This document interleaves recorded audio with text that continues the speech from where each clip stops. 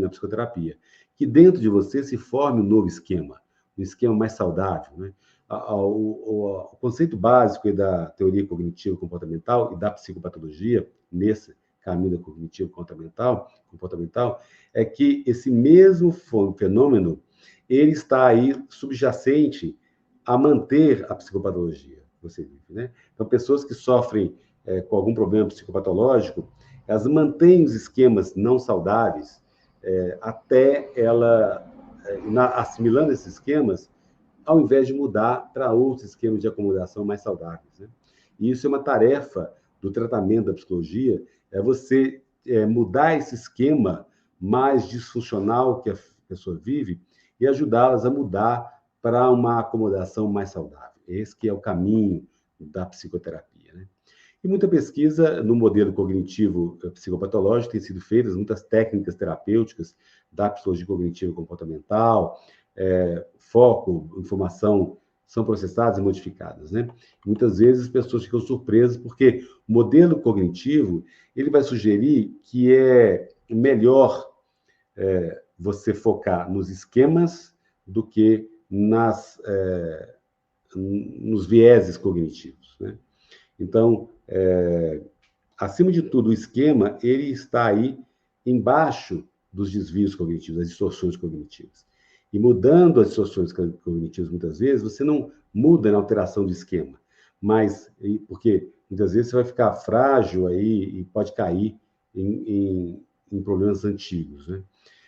Mas a verdade é que você corrigindo os vieses cognitivos, isso pode te levar à mudança de um esquema, e aí uma nova acomodação, né? E aí, muitas vezes, se você desconfirma essa informação que não pode ser ignorada, o esquema muda para formar novos esquemas, e aí você vai facilitando cada vez mais o tratamento, né? Então, antes até dessa mudança de esquema, é muito importante você distinguir aí 3 fatores de crenças que acontecem, né? Que são crenças incondicionais, né? Que são aí muito presentes, que representam esse conceito da pessoa sobre ela mesma e sobre o mundo, né? Muitas vezes esquemas, por exemplo, eu sou má pessoa. Então, um esquema que a pessoa acredita que ela é má pessoa por uma série de histórias de vida que foram acumulando dentro dela. Então, há uma sensação de culpa, de pressão interior psicológica, e ela fica ansiosa porque ela se considera, muitas vezes, má, ou ela se considera não merecedora. Ou um outro esquema, eu sou superior, né? Eu sou superior às outras pessoas, que é uma loucura, né? Porque todos nós somos seres humanos, estamos no mesmo barco, né? Então, esse outro exemplo de esquema que muitas vezes é debilitante. O outro é, os outros são irresponsáveis, ou as outras pessoas são boas, o mundo é uma selva. Então, essa primeira camada em volta desse coração aí consiste em conceitos condicionantes, né?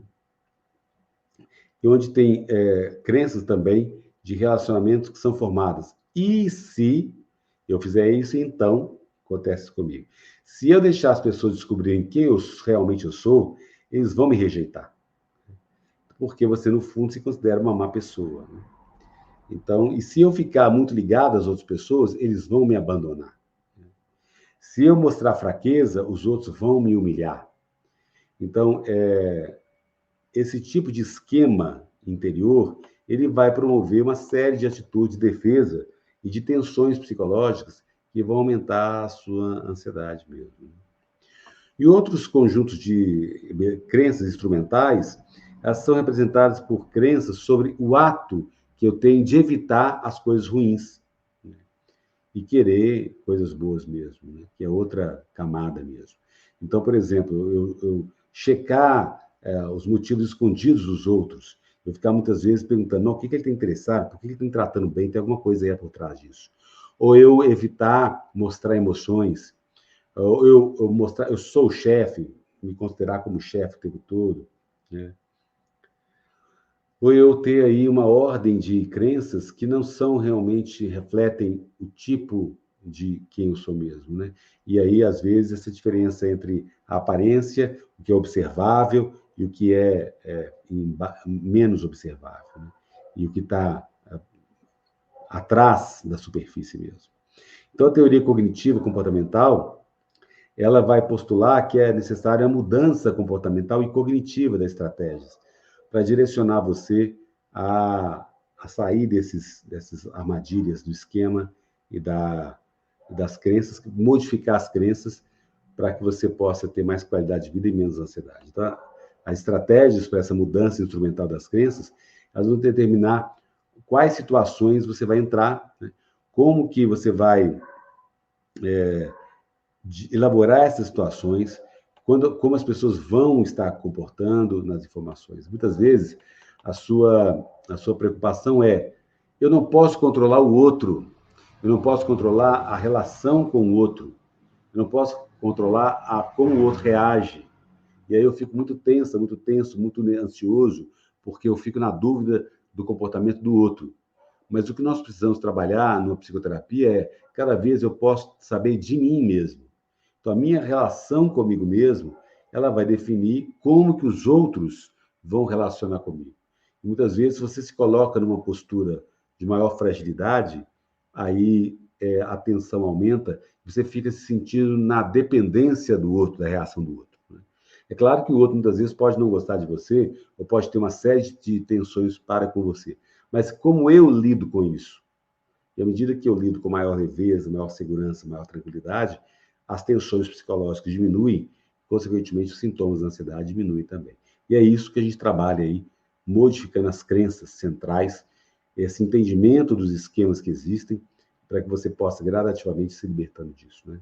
Hoje, então, eu estou introduzindo esse tema. Nas outras lives e outros vídeos aqui do canal, eu vou explicar com mais detalhe como modificar essas crenças limitantes, esquemas centrais, para a gente poder estar avançando aí no processo de psicoterapia. Lembrar vocês, se você quiser agendar uma sessão online comigo, entre em contato aqui no Instagram, @Dr. Paulo Antônio Almeida, no TikTok, no YouTube, para a gente agendar uma sessão online que tem 1 hora de duração através de chamadas de vídeo no WhatsApp.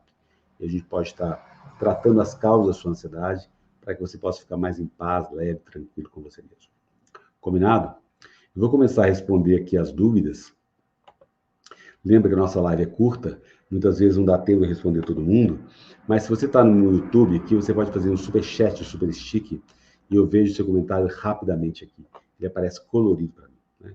Eu vou ler alguns comentários aqui no Instagram, no YouTube e no TikTok. E, às vezes o TikTok abre comentários, às vezes não abre, mas eu vou estar ampliando isso aqui para vocês.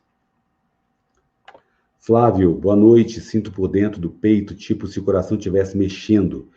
E pode ser o músculo, me dá um medo, minha cabeça começa a dar pontadas, ondas de calor no corpo, garganta. Queridos, é muito importante a gente estar no lidar com a ansiedade, a forma como eu lido com os sintomas. Então, o coração é um músculo, ele vai mexer mesmo, mas muitas vezes eu tensiono essa minha percepção, colocando um peso muito grande, como se o fato do coração estar mexendo é uma coisa muito perigosa. Essa percepção que a gente precisa mudar. Essa percepção que a gente precisa estar mais consciente da gente mesmo. Então, quando você tem uma percepção mais leve em relação ao seu corpo, você fica menos assustado. Ficando menos assustado, você fica mais tranquilo, com menos ansiedade, né? Esse é o caminho. Um caminho de buscar tranquilidade. Muitas vezes você não precisa conseguir estar em paz, mas entrar nesse caminho do não desespero. Porque quando você começa a desesperar demais, a tensão psicológica aumenta e a ansiedade também. Valdemar, boa noite, doutor. Tem muitas dores nas costas e nos nervos, no lado esquerdo do peito, uns tremores. Sou muito ansioso. Será que pode ser ansiedade? Pode, né? É claro que é sempre importante fazer exames médicos, né, gente, para verificar se você não tem nenhum problema de saúde. Não tendo, a ansiedade vai trazer dores no corpo todo e para algumas pessoas se localizam em partes específicas. E é claro que as pessoas ansiosas têm mais dores, e às vezes dores no peito, do lado esquerdo, a pessoa pensa que é um infarto porque está do lado esquerdo. Mas com os exames ok, você fica tranquilo, não é nada grave, apenas sintomas da ansiedade que com a psicoterapia você vai tratando e superando gradativamente.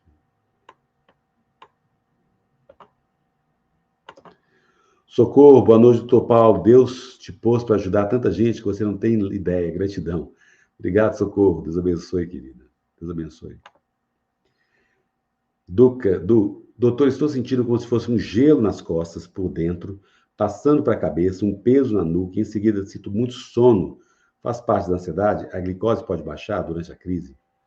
Queridos, esses sintomas estranhos, esse gelo, essas percepções estranhas são comuns na ansiedade mesmo, porque o corpo está muito alterado com os hormônios de estresse, você tem aí um corpo muito agitado, consequentemente, então, você tem essas pressões que são estranhas. Pode ocorrer de haver alguma